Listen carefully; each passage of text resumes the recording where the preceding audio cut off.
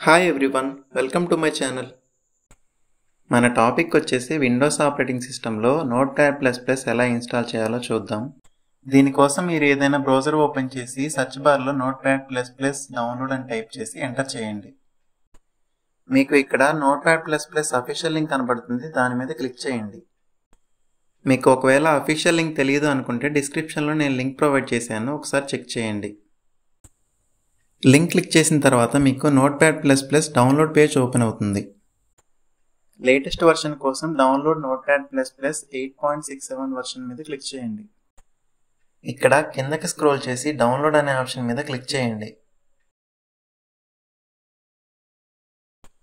మీకు నోట్ప్యాడ్++ అనేది ఆటోమేటిక్గా డౌన్లోడ్ అవుతుంది.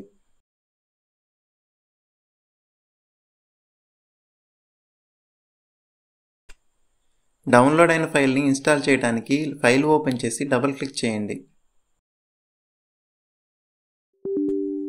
మీకు ఒక పాపప్ విండో ఓపెన్ అవుతుంది, ఎస్ అని క్లిక్ చేయండి.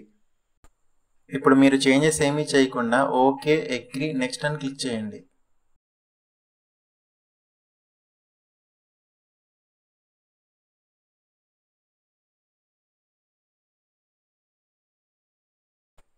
మీ సిస్టంలో నోట్ప్యాడ్++ అనేది సక్సెస్ఫుల్గా ఇన్స్టాల్ అయింది. టెక్స్ట్ చేయడానికి ఒక టెక్స్ట్ ఫైల్ క్రియేట్ చేసి రైట్ క్లిక్ ఇస్తే మీకు నోట్ప్యాడ్++ అని కనిపిస్తుంది.